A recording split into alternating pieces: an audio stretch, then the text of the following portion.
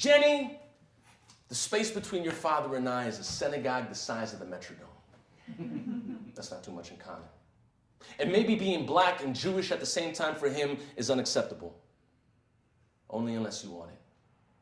The dream evades me like sleep on finals week and all the time that's been lost that I tried to keep. When you could cry until the sky spills or just cast 7-mile stares into each other's eyes until your eyes are weak and not blink from looking each other in the iris, we don't.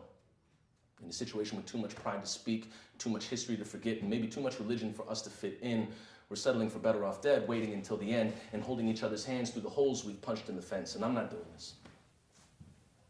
I don't choreograph last dances because the music in my head doesn't take smoke breaks or classes on risk management. Your old man's hang-ups might be enough to break up this song's arrangements. But understand, these types of things don't go out like candles or simple agreements with an awkward hug and thanks for the good days, good game, good nights.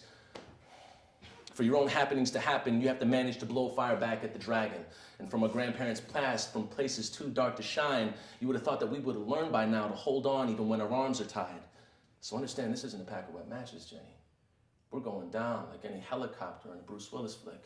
Loud, badass, exploding in slow motion, and somehow alive after it's all said and done with. Similar to when we have sex. Loud, badass, exploding in slow motion, and somehow that argument we were having beforehand is all said and done with. That was a horrible analogy. I don't know where I'm going with that. But you say you love me to be the type to not give up a good fight. I said I dig your Pumas.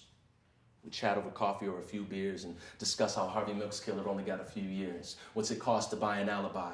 And who taught missiles how to fly? You said the day you lose the fight is the day you compromise it. I said the day you lose the fight is the day you pick a side of it. You'd laugh and then suggest we pay off our student loans by setting sail on the next Somali pirate ship. Jenny, I look anything and everything but Jewish. And you just look white. I mean really white. Like bathroom, fluorescent, interrogation room, Guantanamo, spotlighting white. And I don't really know where I was going with that either, but sometimes it gives me the wonderment as to what our kids would look like. You know, whether they had the Star of David tattooed to their chest or not, I could care less than if they carried your beautiful brown eyes. Whether they shouted praise be to Allah or thank you Jesus when the Vikings scored a touchdown, it doesn't matter. As long as they understand that sometimes it takes an act of God for the Vikings to score a touchdown. That's all that matters. I guess what I'm saying is I wouldn't mind if every human in the world carried your strength, because I don't believe that your faith can be summed up by one title or one name. We all have our fair share of misdirections and wrong turns, enough to understand that love is more than one word. But Jenny, I don't need religion to see the God in you.